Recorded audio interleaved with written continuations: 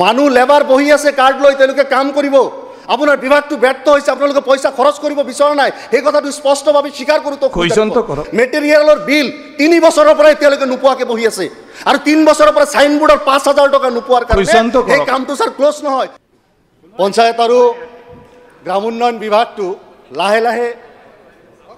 সিংক্ৰনাইজ কৰি সৰু কৰি বিলুপ্তকৰণৰ দিশত গৈ আছে নেকি এনেকুৱা লাগিছে। মহোদয়, বহুত দুখ আৰু পৰিতাপ সহিত ক'ব লাগিব যে গ্ৰাম পঞ্চায়তসমূহত MGNৰেগাৰ জৰিয়তে যি ধৰণৰ আন্তঃগাঁথনি উন্নয়ন একেটা সময়তে লেবাৰসকলক বা শ্ৰমজীৱী মানুহক 100 দিন কাম দিয়াৰ গেৰাণ্টি দিয়া হৈছিল, সেই সময়ত প্ৰতিটো পঞ্চায়তত মাত্ৰ 20টাৰ ভিতৰত কামৰ লিমিট ৰাখি বছৰ বছৰলৈ চেংচনৰ পথ বন্ধ কৰা হৈছে। মহোদয়, কোনো কামৰ পেমেণ্ট হওঁতে ফিজিকেলি কমপ্লিট হৈ যায়, কিন্তু ফাইনেন্সিয়েলি কমপ্লিট হওঁতে 2-3 বছৰলৈকে সময় লাগি যায়। আৰু এনেকুৱাকৈ গৈ বহুত পঞ্চায়ত নতুন কাম চেংচন হৈ থকা নাই। আপুনি জানি আচৰিত হ'ব মহোদয়, এটাকৈ অংগনাবাদীৰ নামত 3টাকৈ কাম অনগয়িং কৰিব লাগে। মন্ত্ৰী মহোদয়ে জানে অংগনাবাদী যদি ক'ৰবাত বনোৱা গৈছে।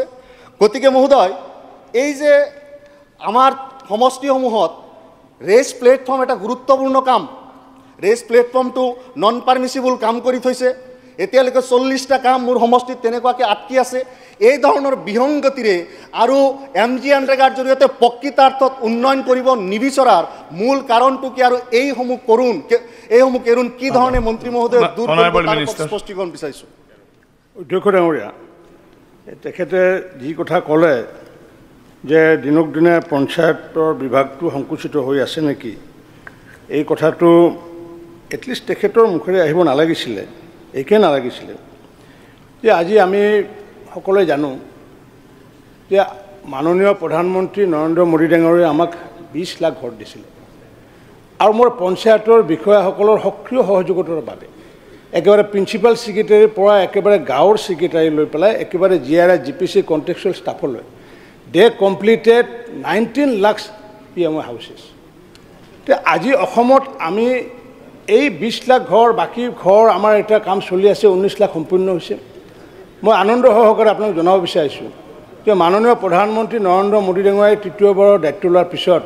তেখেতে ঘোষণা কৰিছে যে আনাদাৰ 3 কোটি ঘৰ ভাৰতবৰ্ষত তেখেতে পুনৰ দিব, আৰু আমি এক্সপেক্ট কৰি আছোঁ যে তাৰে ভিতৰত আমি 6-7 লাখ ঘৰ আমি নতুনকৈ পাম। মাননীয় মুখ্যমন্ত্ৰী ডক্টৰ হিমন্ত বিশ্ব শৰ্মা ডাঙৰীয়াই ইয়াৰ কাৰণে তেওঁ নিজাববীয়াকৈ নিজে গৈ কেন্দ্ৰীয় মন্ত্ৰী ডাঙৰীয়াৰ লগত তেওঁ দেখা কৰি আহিছে, কথা পাতি আহিছে। গতিকে তেনেকুৱা বিভাগ এটাই ইমান কাম কৰাৰ পিছত আপোনালোকে যদি কয় সংকুচিত হোৱা, নেগৰা আঁচনি প্ৰায় মৃত্যু হৈছে। আপোনাৰ আমি ভাৰত চৰকাৰে এতিয়া অধ্যক্ষ ডাঙৰীয়া এটা সিদ্ধান্ত লৈছে যে আমি বিভিন্ন ঠাইত আমি কি স্কিমবোৰ লৈ থাকোঁ, স্কিমবোৰ লৈ পেলাই আমি সম্পূৰ্ণ নকৰোঁ, কমপ্লিট নকৰোঁ। যাৰ কাৰণে ভাৰত চৰকাৰে কৈছে কি যে যিসমূহ পঞ্চায়তত 20টাতকৈ তলত কাম আছে তেওঁলোকক নতুনকৈ স্কিম ল'ব দিছে, যাৰ স্কিম অত্যাধিক আছে তেওঁলোকক নতুন স্কিম ল'ব মানা কৰিছে। আৰু এইটো প্ৰক্ৰিয়াৰ অন্তৰ্গত আমি প্ৰতিদিনে অধ্যক্ষ ডাঙৰীয়া নতুন স্কিম আমি লৈ আহিছোঁ।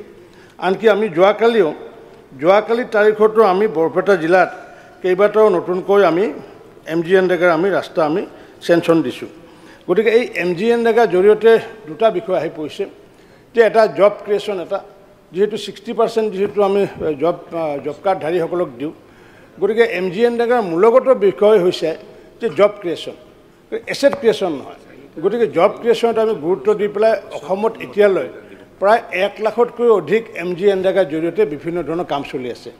মই আপোনালোকক জনাব পাই সুখী যে এতিয়া মই নিজে প্ৰতিখন জিলাত ঘূৰি আছোঁ,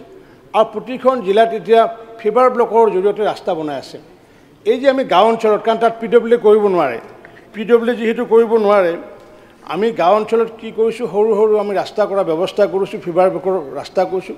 ইভেন মই সেইদিনা গৈছিলোঁ, মই হেৰিত গৈছোঁ, বৰাক ভেলীত গৈছিলোঁ, তাতেও দেখিছোঁ ৰাস্তা কৰিছে। যোৱাকালি বৰপেটাত 25 তাৰিখত আমি 4টা স্কিমৰ আমি চেংচন দিছোঁ। বৰপেটাত, দৰঙত 8টা দিছোঁ, ধুবুৰীত 2টা দিছোঁ। তাৰমানে ডেইলি আমাৰ যিসকলৰ 20টাতকৈ তলত কাম ডেইলি আমি মনিটৰিং কৰি আছোঁ, যাতে আমি অধিক আমি MGNৰেগাৰ জৰিয়তে গ্ৰাম্য উন্নয়ন যাতে কৰিব পাৰোঁ তাৰ কাৰণে ব্যৱস্থা কৰি আছোঁ। মাননীয় অধ্যক্ষ মহোদয়, মোৰ প্ৰশ্নটো 20টা কামতেই মন্ত্ৰী মহোদয়ে সেই বিষয়টোৰ পৰা সদায় আঁতৰি যাবলৈ চেষ্টা কৰে। য'ত 20টা কাম তাতে এটা অংগনাবাদীৰ নামতে 3টাকে কাম নহয় জানো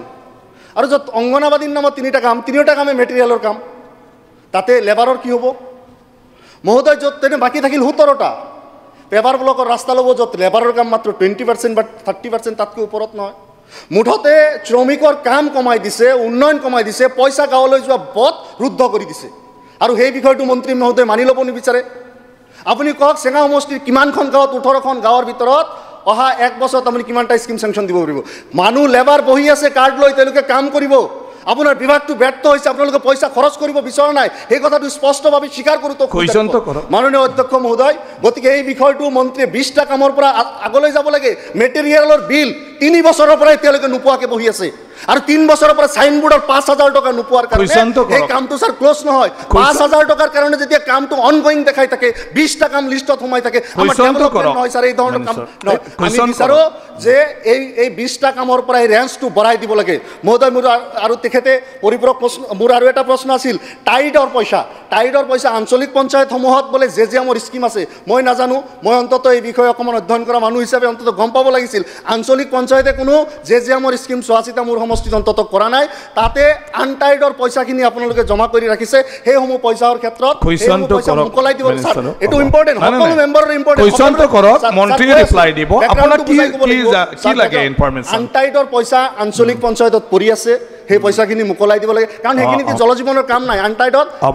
এপি চেয়াৰম্যান হ'ব আনটাইডৰ পইচা পৰি আছে এটো মুকলি কৰি দিব কেইবাটাও জিপিত বৰপেটা ডিস্ট্ৰিক্টত স্যাৰ বৰপেটা ডিস্ট্ৰিক্টত কুৱেশ্যনটো কৰক এক্সপ্লেইন কৰি থাকিব নালাগে আপোনাক কি লাগে মন্ত্ৰীৰ পৰা আনটাইডত কেইবাটাও জিপিত পইচা পৰি আছে য'ত জলজীৱনৰ স্কিম নাই আৰু বহুত কি কৰিব লাগে পইচা পৰি আছে এইখিনি পইচা স্যাৰ মুকলাই কৰিব লাগে মুকলাই দিয়াৰ ব্যৱস্থা কৰিব এইটো কৰক না মুকলাই দিব না নিদিব টাইডৰ স্কিম আপোনালোকে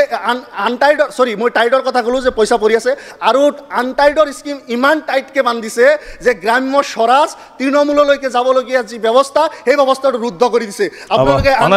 আনটাইডত 10-12 লাখ টকা দিছে বুজি পাইছো আপুনি কৈ থাকিলে কনফিউজন হৈ যাব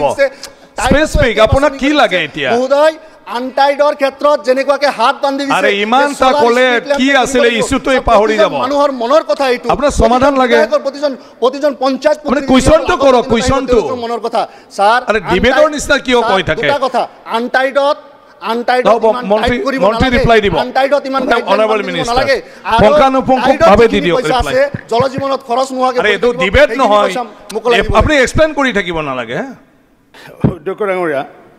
তেখেতে আচলতে প্ৰশ্নটো কৰোঁতে ভুল হ'ল কাৰণ তেখেতে কৈ আছে যে আনটাইডৰ ফাণ্ড মানে পৰি আছে এইটো ৰিলিজ তেওঁ ক'ব লাগিছিল টাইট এইটো আপোনালোকে জানে